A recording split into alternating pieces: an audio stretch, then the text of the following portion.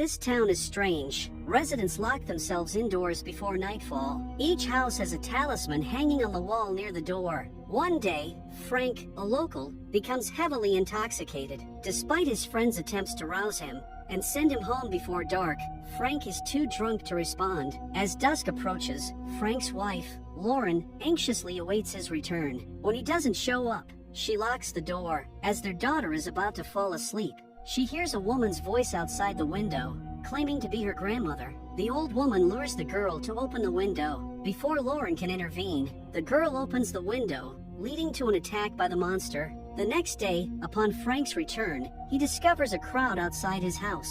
Sheriff Boyd reproaches him, slapping him for disregarding safety measures. For the protocol is nailing windows shut. Frank neglected this, resulting in the brutal killing of his wife and daughter by the monsters, who devoured all their organs. On the other hand, we meet a family of four: Tabitha, Jim, and their kids, Julie and Ethan. The couple's relationship appears strained. As they travel in their RV, a massive tree on the road forces them to stop in the middle of the highway. Stepping out, they witness crows gathering in an eerie manner, prompting them to retreat into the RV and opt for a detour. Unfortunately, they stumble upon the same town plagued by nighttime monster attacks. The town feels creepy to them. All car tires are flat, and people avoid conversation. Following the funeral for Lorena and her daughter, the townsfolk return home, ignoring Jim as if he's invisible. Jim turns to Boyd, seeking guidance on how to get back on the highway. Boyd advises sticking to the road and driving. Much to Jim and Tabitha's dismay, they find themselves back in the town. Assuming they missed a turn, they continue driving. But even after 3 attempts, they repeatedly end up back in the same unsettling town. On their 4th attempt, their RV collapses, leading to a crash. Toby, the car's driver, heads to the town to seek help. Meanwhile, Boyd and Deputy Kenny have decided it's time to reveal the town's truth to the family. They strategically place spikes on the road to stop the RV. However, upon learning about the accident from Toby, Boyd rushes to the crash site and discovers another car passenger, Jade, high on drugs. To prevent Jade from disappearing into the forest, Boyd secures his hand to the car door with handcuffs. He then turns his attention to the family in the RV and finds Jim stuck,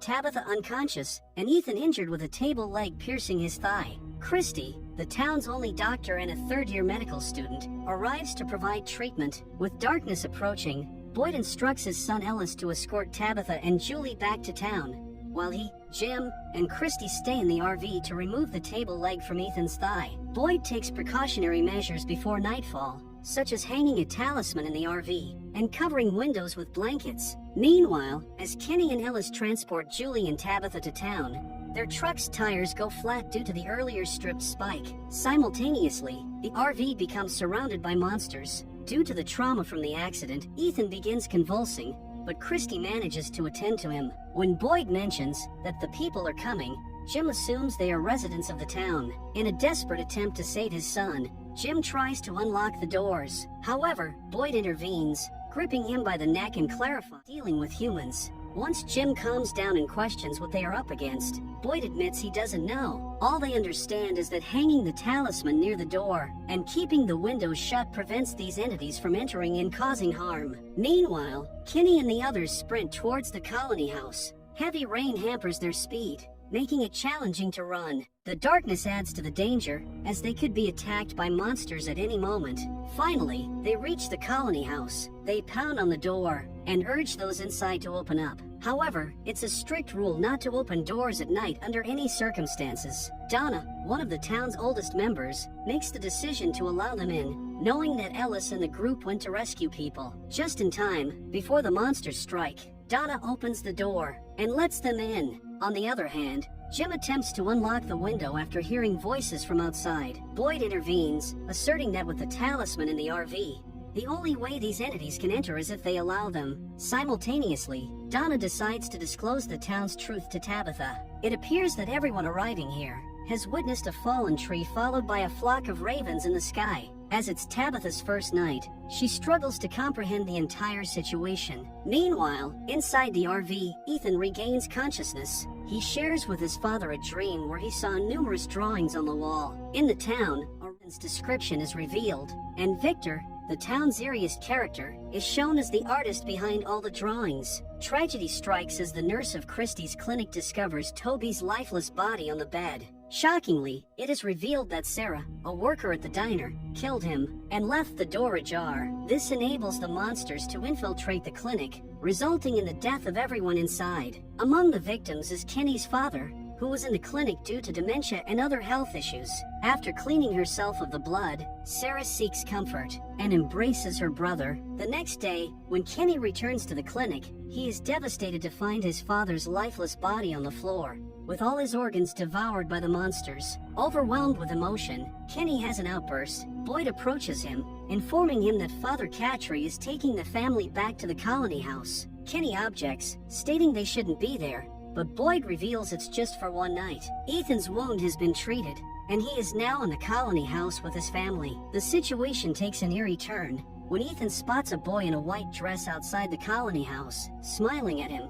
A day later, Jade finally regains consciousness. Upon realizing he's tied to the bed, he threatens Donna to release him. Donna then proceeds to tell him the entire story of nightly monster hunts, and the village residents never leaving the place. Jade, however, bursts into laughter, convinced that the town is in a room orchestrated by his friend Toby. Without listening further to Donna, he heads outside, treating the situation like a puzzle to solve. Meanwhile, Father Cattry discusses the choosing ceremony with Jim and Tabitha. All newcomers must decide whether to reside in the colony house or down in the town. Boyd expresses concern about Frank's fate.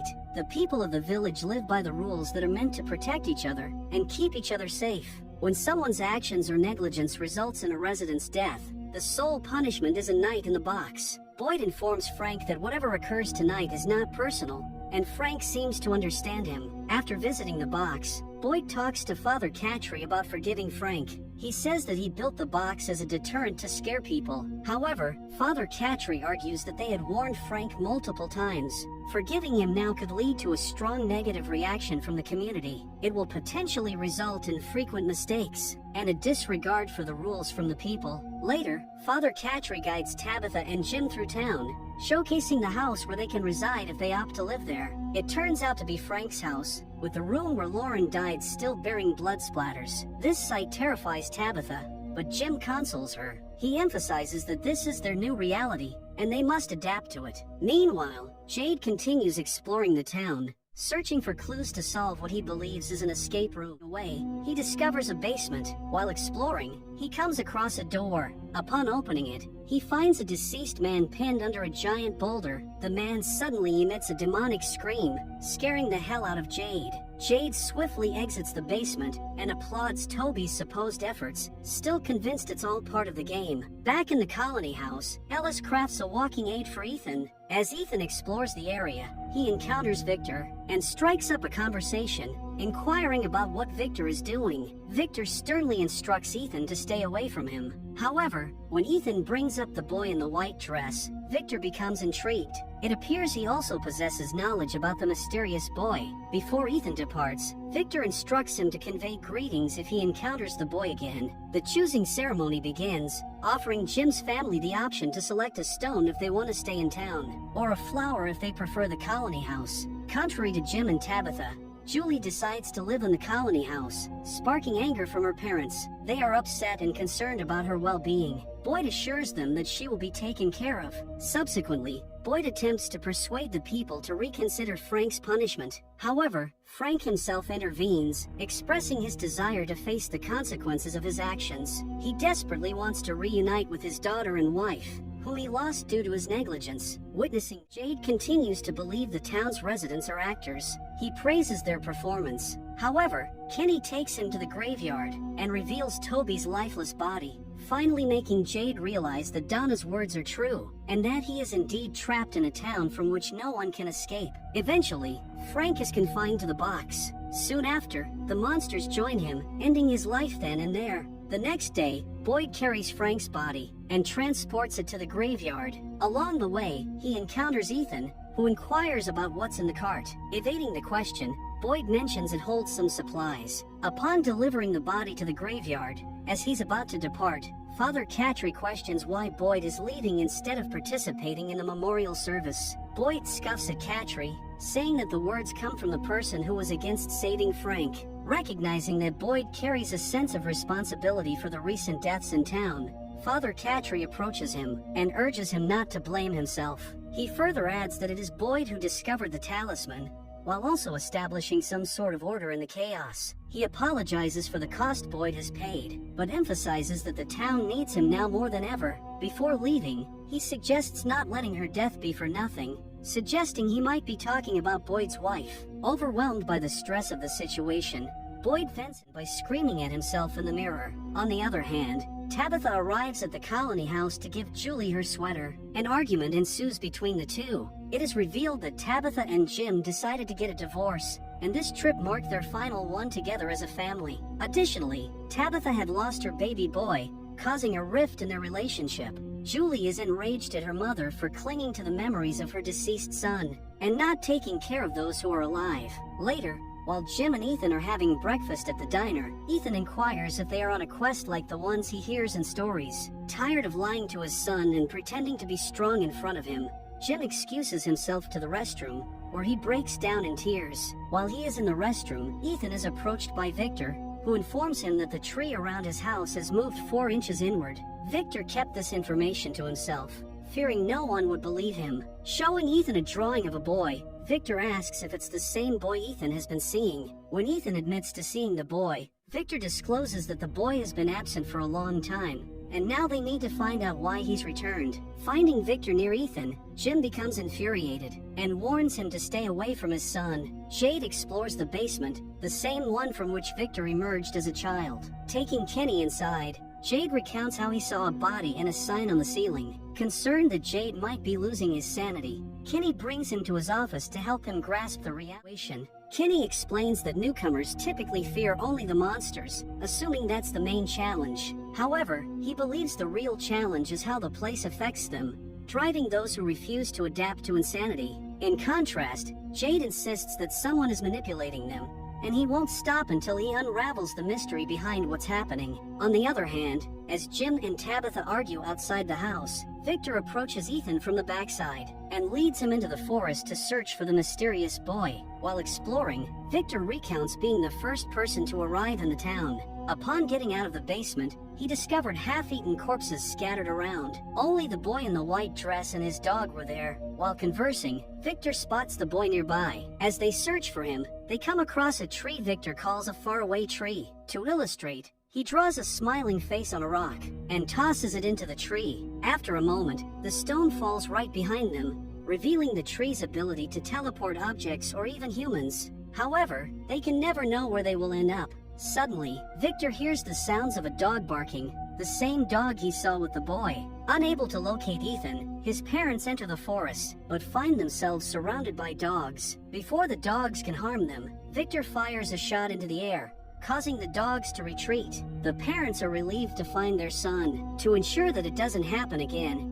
Jim voices his concerns to Boyd about Victor's behavior. As Victor resides in the colony to address the issue with Donna, Boyd assures Jim that he'll speak to her and ensure Victor refrains from such actions. To ease tensions, Boyd invites Jim to dinner. While at the diner, Sarah experiences severe arm pain, accompanied by the words "kill the boy" engraved on her arm. As the inscription vanishes, Sarah collapses and begins convulsing. On the other hand, residents of the colony house are alarmed by Victor's actions. When questioned, he reveals that he's digging graves and preparing in advance, instilling fear among the community. In the meantime, upon learning about Sarah's condition, her brother Nathan rushes towards the clinic. Inside, Christy is attending to Sarah. Boyd questions Christy about the possibility of physical reactions to the town, citing Ethan's seizures as an example. During their discussion, Christy observes Boyd's hand trembling. Although Boyd claims to be fine, Christy insists he comes for a detailed examination the next day. Nathan arrives at the clinic,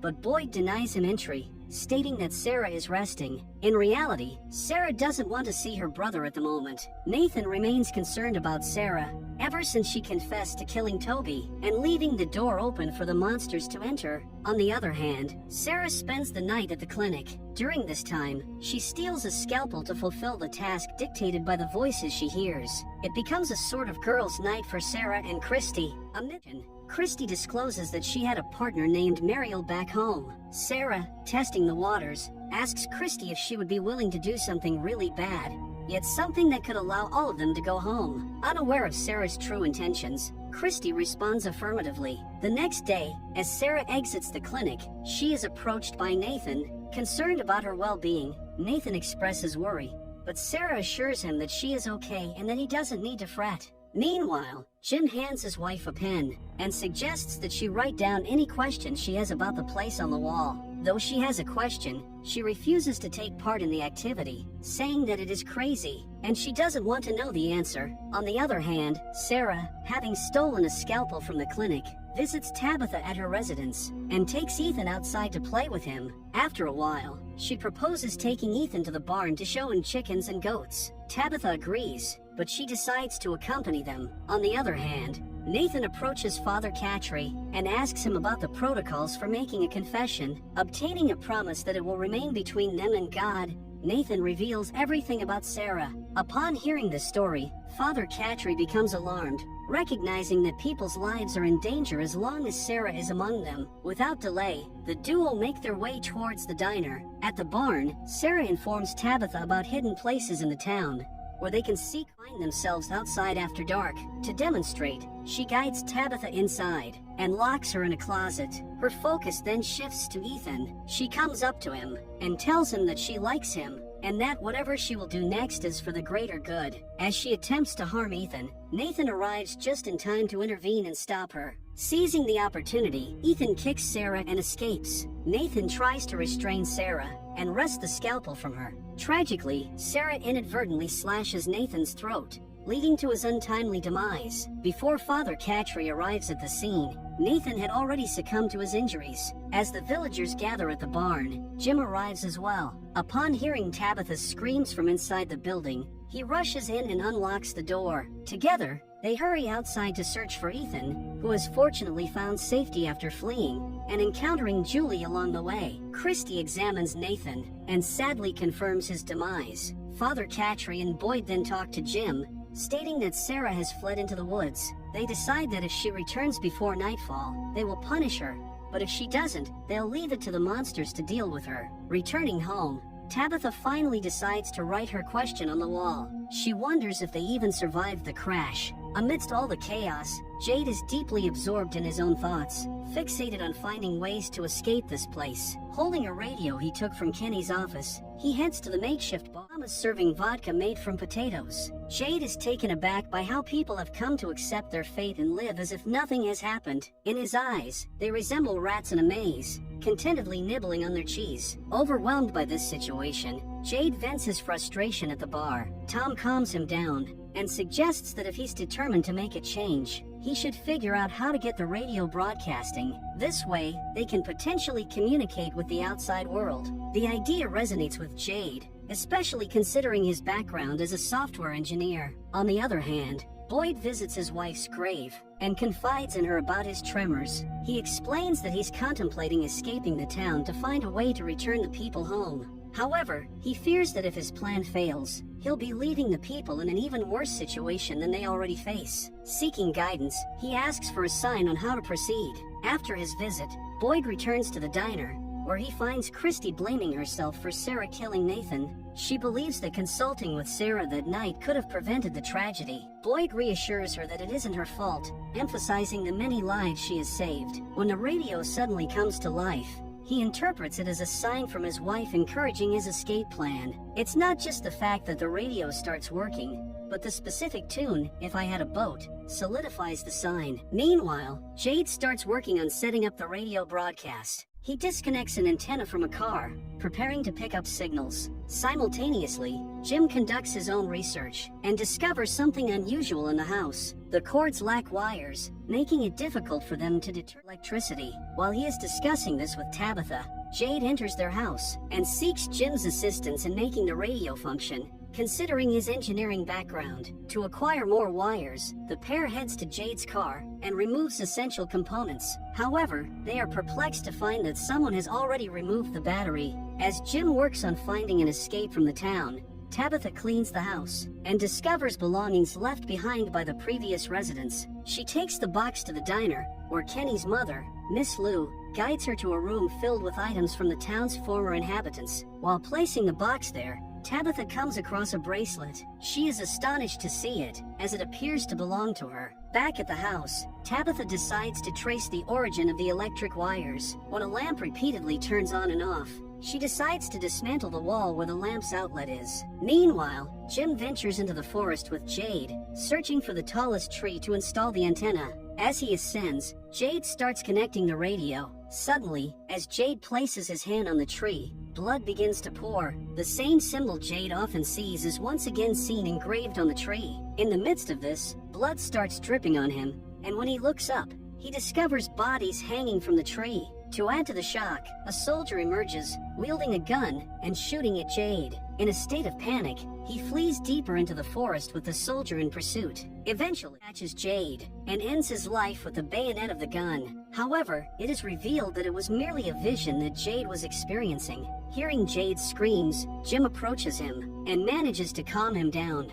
Upon realizing it was not a real event, Jade becomes both confused and distressed. Ever since encountering that mysterious symbol, he compulsively draws it everywhere in an attempt to comprehend its significance. At the diner, Miss Lou offers him a cup of coffee. Upon seeing the sign, she leads Jade to a room and presents a book from one of the town's former residents. Surprisingly, identical symbols are sketched in the book, reassuring Jade that he isn't merely hallucinating. Meanwhile, Jim struggles to secure a signal but picks up static, motivating him to persist in his efforts. Upon returning home, Jim discovers sizable holes in the walls. Exploring the basement, he finds Tabitha actively digging into the ground. When questioned, she discloses that all the house wires lead directly downward. When Jim finds it a bit odd, Tabitha tells him about the bracelet she found. It turns out she had crafted the bracelet for Jim during their early days of dating, but he lost it at the hospital the night Julie was born. Jim considers the possibility that it could be a similar bracelet to theirs,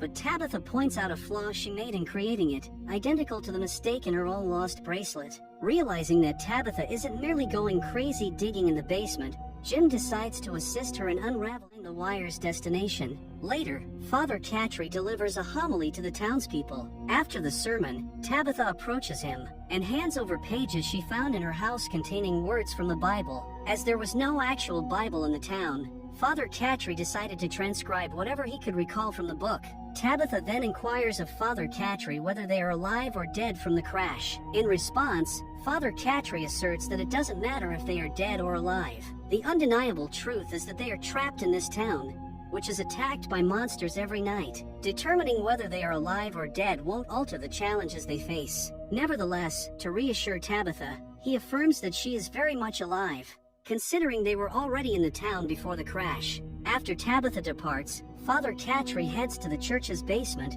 where he has Sarah tied to a chair. It is disclosed that he had lied to others by claiming Sarah had escaped into the forest. He informs her that despite the terrible things she has done, there is still an opportunity for her to assist the people of the town. He continues by informing Sarah that the Bible actually consists of 73 books. He believes that since the night he arrived in the town, he has been contemplating the idea that the people of this town might be living a book yet to be written. He urges her to share details about the voices she hears. Recognizing Father Catry's belief in her, Sarah begins to recount how the voices expressed a desire to help. The voices, they have been present for a long time, waiting for someone who could hear them and aid in their escape. As Sarah continues describing the voices to Father Catry, she adds that the voices claim to be similar to them. They revealed information, things they couldn't possibly know. They even foretold the arrival of the two cars. The voices asserted that if she followed their instructions, everyone would get to go home. Father Catry then questions Sarah about her belief in these voices. Sarah responds that they promised that Nathan would be okay, but now, with Nathan gone, she doesn't know if she can trust them. Father Catry responds that if the voices are real, it means Sarah is connected to this place in a way that no one else is. He decides that once they find a way to prove that the voices are not merely a product of a troubled mind, they will disclose this information to others. As soon as Father Catry makes this decision, Sarah experiences intense pain. She requests paper, and after a while, she draws a symbol on it, telling Father Catry that the voices wanted her to show him something. According to the voices, they observed Father Catry burying a bag on the day he arrived, and this serves as proof of their existence. Upon hearing this, Father Catry is profoundly shocked. He immediately goes to the location where he buried the bag. Upon opening it, he discovers a bottle of alcohol, a blood-stained shirt, and a chocolate bar with a character resembling the one Sarah drew. Now, Father Catry realizes that Sarah isn't simply insane. She truly receives instructions from voices. On the other hand, Boyd confides in Kenny about his plan. He explains that the reason they haven't ventured deeper into the forest is the uncertainty about whether the talisman would provide the same protection outside the town as it does within. Now, with safeguarding them in the RV, Boyd believes he can utilize it on his journey into the forest to find a way out. Kenny doesn't react positively to the news, indicating he might not want to lose his sheriff, especially after losing his father. He advises Boyd that if he wants to die, he should do it here. With that, Kenny leaves the area, recognizing that Kenny might need a father figure more than a sheriff during this challenging time. Boyd approaches him and reveals that he is unwell. It turns out that Boyd's father was diagnosed with Parkinson's disease when he was around Boyd's age, starting with tremors in his hands. While the disease is not supposed to be hereditary, Boyd acknowledges that he will soon get it and will be unable to protect the people of the town. Despite this, he believes he still has to find a way out while he can. Upon hearing Boyd's explanation, Kenny understands the urgency of the situation and grants him permission to journey into the forest. Meanwhile, in the colony house, Julie discovers a bouquet of flowers on the porch. She brings them inside and places them in a vase. During the night, while everyone else is asleep, resident Kevin goes to the bathroom and pulls back the curtain from the window. On the other side of the window stands a monster holding the same bouquet, revealing that it is Kevin who leaves it for her outside the house. They have been friends for a long time. The monster now implores Kevin to let her inside, but he tells her that he can't. The next day, the residents of the colony house celebrate the one-year anniversary of Flora's arrival in the town. While Julie finds it odd to celebrate being stuck in a town, Flora sees it differently. For her, it's a celebration of their survival in the town. On that day, Kevin once again leaves the bouquet on the porch. Before nightfall, Father Catry approaches Boyd and expresses a desire to talk. As they head inside, he shows Boyd the bag he buried when he first came to the town. When asked about the blood on his shirt, Father Catry discloses a painful memory of being unable to save a boy from his abusive father. The boy wanted to stay in the church, but Father Catry sent him home, claiming to have work to do. Instead of providing comfort, he gave the boy a bar of chocolate. After some time, he noticed the boy's mother rushing out of the house. Upon entering, he discovered the lifeless body of the boy, while the abusive father insisted that his son would be fine. Enraged, Father Catry began punching the man in the face until he bled. When Boyd questions why Father Catry is sharing this story now, he discloses that he has Sarah tied up in the basement of the church. In response, Boyd holds him at gunpoint, furious at him for breaking the rules. However, Father Catry explains how the voices in Sarah's head reveal information that no one else knows. This revelation eventually calms Boyd. Father Catry then establishes a connection between Boyd's journey into the forest and the newfound understanding of the voices Sarah hears. He believes that by working together, they might discover a way out of this town. Meanwhile, at the colony house, the residents celebrate Flora's one-year anniversary. Donna praises Flora for her efforts in taking care of everyone and maintaining a positive attitude. While the members are engrossed in the festivities, Kevin goes to the bathroom to converse with his monster girlfriend. This time, the girl has come to bid farewell to Kevin, expressing that she can't endure the pain of being near him without being able to feel him. Yielding to her emotional words, Kevin opens the window and lets her in. The two share an embrace. Everything seems fine, until the girl scratches Kevin's back with her sharp nails. To make matters worse, she pulls out his tongue and ends his life on the spot. She then opens the window to allow other monsters inside the house. Meanwhile, the residents of the colony house continue to party, oblivious to what's about to unfold. In contrast, Ellis is feeling low because when he reflects on how he has survived, he also remembers those he lost in the process, particularly his mother. Frustrated, he vents his emotions on a fellow resident. After comforting him, Sarah approaches another resident, Trudy, who is also sad. To lift her spirits, Sarah gives her sweater to Trudy, reassuring her that everything will be all right. On the other hand, a distressed Julie seeks solace in Victor's room for some alone time. Unlike other rooms in the colony house, Victor's room remains unoccupied. There, she discovers Victor preparing to leave. Meanwhile, Trudy goes to the bathroom only to discover that the monsters have infiltrated the house. Before she can react or scream, the monsters attack her, ending her life. In another part of the colony house, residents are sitting and relaxing when they notice blood dripping from above. Upon looking up, they are horrified to see a smiling monster. Soon, the monsters launch an attack. One by one, reacting quickly, Donna urges the remaining residents to evacuate the house and get into the van. Flora informs Donna that Ellis is still inside and might be unaware of the monster attack. Hearing the commotion, Ellis descends only to find blood everywhere. Spotting a woman in a yellow sweater, he initially believes it's his girlfriend, Flora. However, his relief is short-lived when a monster joins the scene. Acting swiftly, Ellis breaks the bathroom window and escapes outside. With the monster closing in, he is left with no choice but to jump off the building. Meanwhile, Donna led the residents to safety. In a desperate move, Flora brings Ellis inside, locking the door on both sides and relying solely on the talisman to keep the monsters at bay. Fortunately, the plan works, and she and Ellis manage to survive the attack. Meanwhile, upon hearing the sounds of monsters, Victor quickly improvises a rope and throws it out of the window. He then gives Julie a bunch of drawings he arranged together. With the rope, the duo manages to leave the room. As the monsters take over the colony house, and Victor observes a white-dressed boy heading into the forest, he decides to follow him. Although Julie is frightened to go with him, she has no other option. Eventually, they reach a faraway tree. Victor encourages Julie to trust him and enter the tree. No alternative. Julie follows his instructions, and the next thing she knows, she is in a giant cabinet in a root cellar. Father Catry and Boyd are having their discussion. When they hear the sound of a van approaching, they quickly head outside to assist the panicked residents of the colony house to safety. While helping, Father Catry is attacked by a monster. Boyd shoots the monster, allowing him to bring Father Catry back inside. Due to a severe neck wound, Father Catry bleeds to death. Meanwhile, Jim discusses with Tabitha about getting static on the radio. Their next plan involves seeking permission from Donna to erect a tower on higher ground at the colony house. Tabitha appreciates her husband's efforts and embraces him, hopeful that one day everything will be all right. The following day brings more challenges for the townspeople, as they must make space for the residents of the colony house. Until the broken windows and doors are repaired, the newcomers will stay in the town. This raises concerns among the townspeople, who fear the newcomers might deplete their ration. Boyd steps in to calm them down,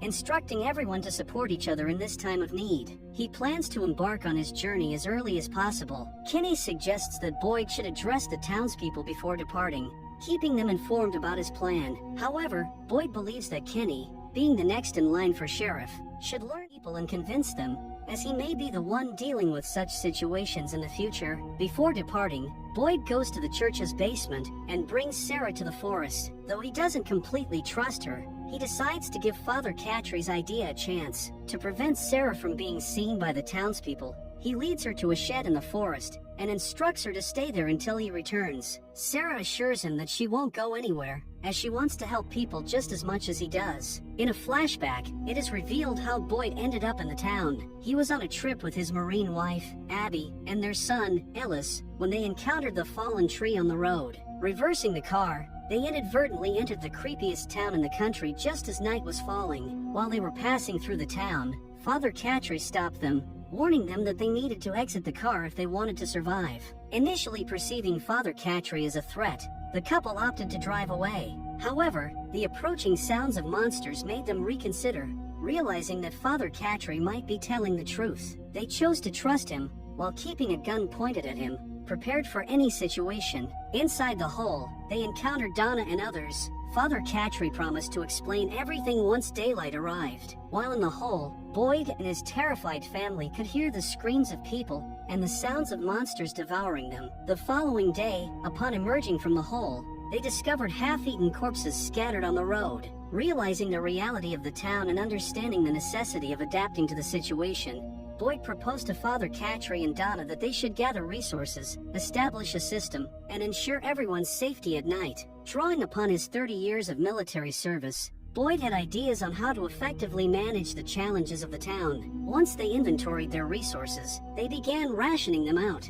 Boyd also decided to dig more holes to prevent being in the same place twice. Before him, nobody dared to venture out into the forest. When Boyd finally did, he discovered a goat and chickens. Father Cattry was astonished to realize that what they couldn't achieve in months, Boyd accomplished in days. However, Boyd became so immersed in leading the townspeople that he forgot his family needed him during this challenging time. When he decided to go back into the forest to acquire some chickens, Ellis stopped him, insisting that Abby needed him the most. Boyd promised his son that he would return home that night, and they could talk about it. However, fate had other plans.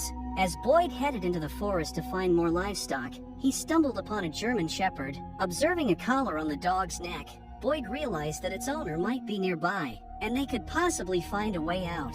He followed the dog, only to become lost in the forest. As darkness fell, Boyd heard the approaching voices of monsters. While evading one of the monsters, he stumbled into a cave. To his fortune, the monsters retreated instead of attacking him. Surveying the cave, he discovered numerous talismans, leading him to believe that these stones provided protection from the monsters. Gathering as many as he could, he returned to the town. Upon his return, he found everyone running for their lives. It turned out that Abby had become delusional, convinced that their reality was a dream, and killing someone wouldn't result in their death. Boyd tried to intervene, but Abby persisted, insisting they needed to wake up from the dream. As she aimed her pistol at Ellis, Boyd had no choice, resulting in her demise. Ellis held his father responsible for Abby's death, believing that if Boyd had spent more time with her, she wouldn't have become insane. In the present day, Boyd opts not to leave the town due to the recent riot among the people. He believes they need him the most at this moment.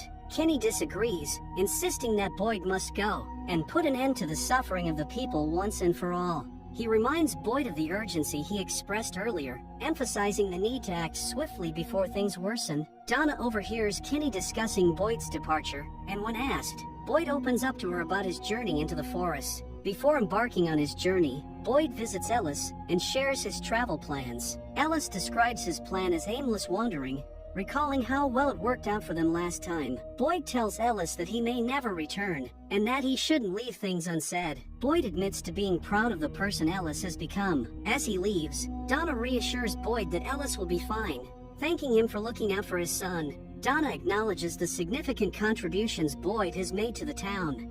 Flora consoles Ellis, assuring him that what happened isn't his fault. She points out that he has been venting his frustration on Boyd for months, while Boyd has silently carried the burden. Ellis has come to realize that Boyd did everything in his power, family, and the people of the town. Reflecting on the past, he acknowledges that if Boyd hadn't ventured into the forest that day and discovered the talisman, he and Flora might not have survived the previous attack. Ellis finally embraces his father, apologizing for everything he said over the past few months. During their interaction, Ellis notices Sarah. Though he has questions, Boyd helps him understand that she won't pose a threat now, and he plans to enlist her assistance in finding a way out. Back in the town, Julie has left the basement where the tree teleported her. She recounts to her parents how Victor mentioned that it was beginning. When she describes the tree to her parents, Ethan inquires if it was a faraway tree, recalling having seen such a tree on a previous expedition into the woods with Victor. Overwhelmed by memories of the previous attack,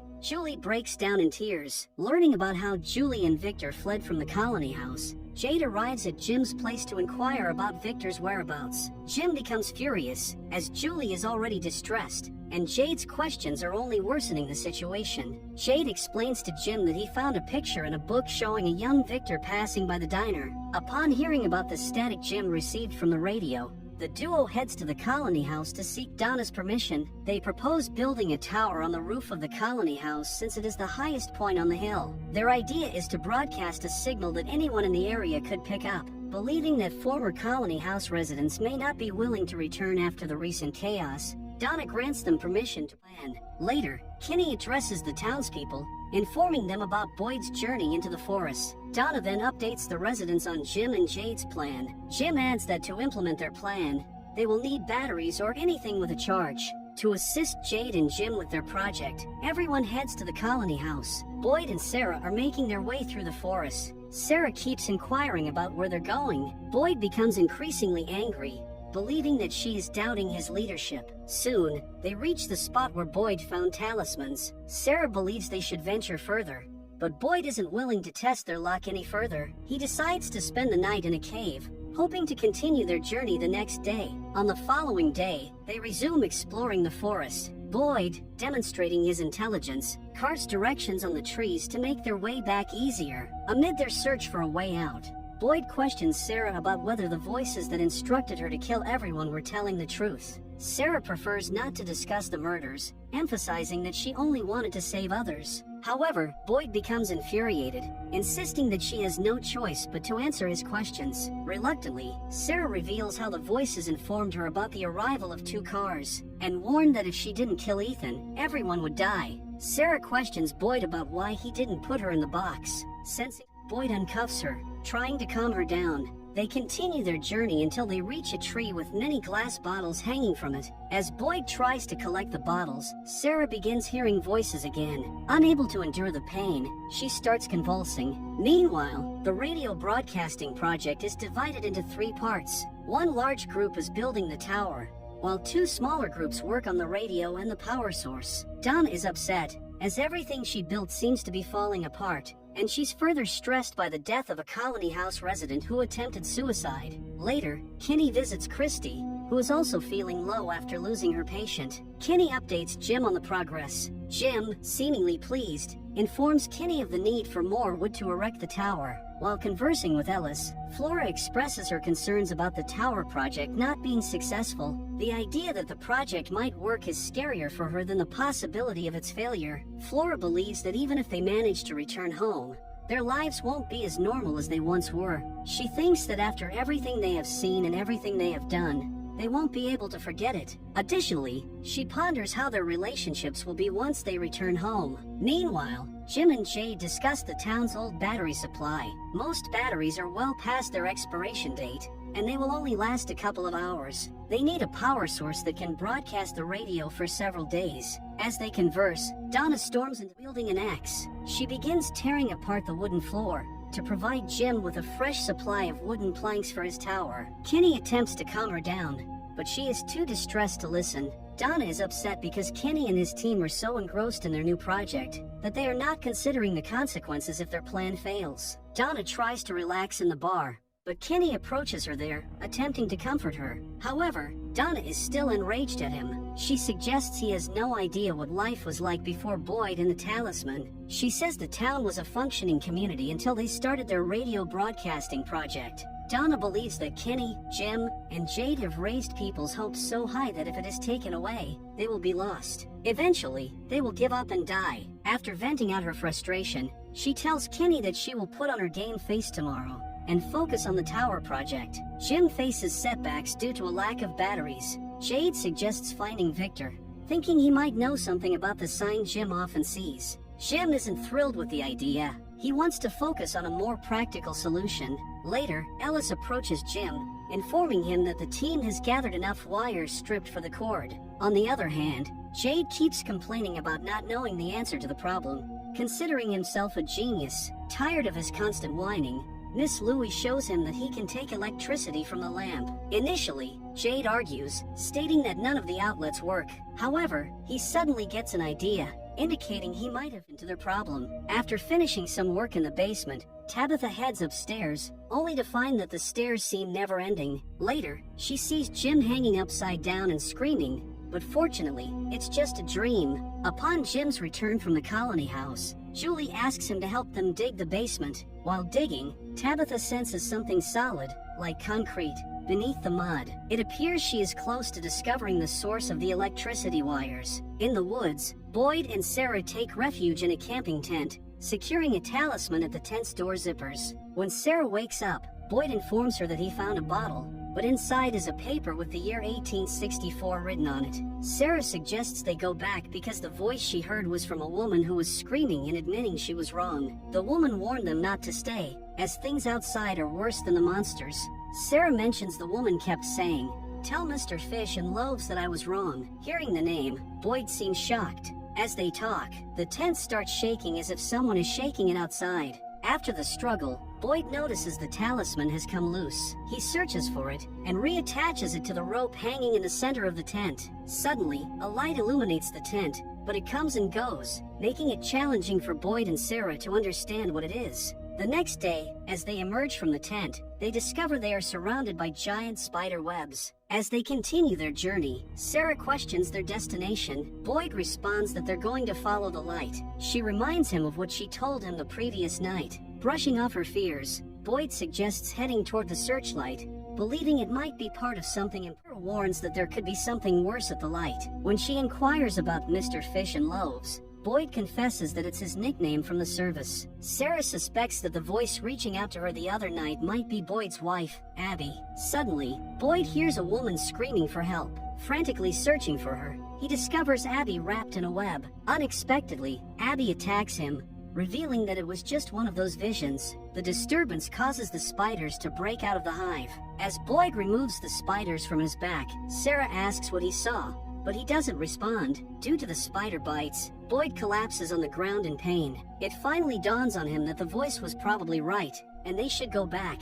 Sarah encourages him not to lose hope, but to persist in reaching the light. She reminds Boyd that if he gives up, he will never see his son again. Upon hearing this, Boyd gets up and pushes forward. On the other hand, Jade shares his idea with Jim. Even though they can't plug in any wires, they can use the lamps to get electricity. He unscrews the bulb, attaches the cord of the hair dryer to the socket, and then replaces the bulb. When he turns on the light, the hair dryer starts working, finally putting an end to their electricity hunt. However, they still need enough wires to run from the lamps inside the colony house out to the radio and the tower. Jade addresses the townspeople and instructs them to gather anything with a cord that arrived in town in the back of someone's car. Upon hearing this, everybody sets out for the wire hunt. Christy takes charge of the ambulance outside the clinic, which turns out to be a treasure trove of wires. Christy is salvaging electrical components when Kenny joins her. When asked about his lamp, Kenny pops open the globe, which he used as a hidden compartment to stash stuff. Kenny has a list of places he wants to visit upon returning home. When Christy shares her desire to visit Iceland, he suggests they go together. Noticing Kenny's liking for her, Christy admits that she likes him too, but informs him that she is engaged and there is someone waiting for her back home. The situation gets awkward, and Kenny leaves the place to transport some wires to the colony house. Meanwhile, the tower is completed and transported to the roof of the colony house through a hoisting system. Jim demonstrates to Ethan how to change the electrical frequency with a screwdriver. While people work on the project, Jade brings some snacks, jokingly mentioning that if anyone makes a mistake, they will have to spend the night in the box. Later, Christy joins Kenny in the colony house. Kenny apologizes for making things awkward between them. Christy admits to feeling torn between the most amazing guy ever and the lover she left behind. When he asks about her plan, Christy responds that she doesn't know. Jim finishes assembling the radio set, while Jade works on the tower. With both products now completed, the people are pleased to have accomplished half the work.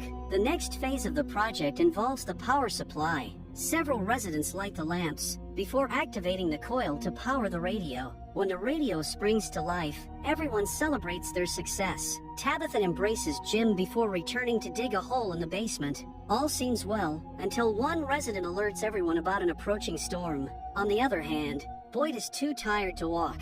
As the storm approaches, they climb the mountainside. Reaching a higher point, they survey the surroundings and discover that the light is coming from a lighthouse. Neve attempts to catch a signal by adjusting the frequencies. Donna warns that the storm will hit in 10 minutes, but Jim insists on working, while she is more concerned about the residents' safety. As Jim tries to shield the components with an umbrella, the storm intensifies. Everyone hurries inside to seek shelter, but Jim persists in his efforts until he finally manages to connect with a man on the other side of the radio. To his astonishment, the man addresses him by name. When Jim inquires about the man's identity, the man warns him that Tabitha shouldn't be digging that hole in the basement. Realizing that Tabitha's life is in danger, Jim rushes to the town, asking Donna to take care of his kids. As Donna heads inside, the light bulbs start exploding. On the other hand, Tabitha continues digging the hole until the concrete base collapses. Falling into the large pit, she discovers a bare electrical wire with no connections, leaving her stunned.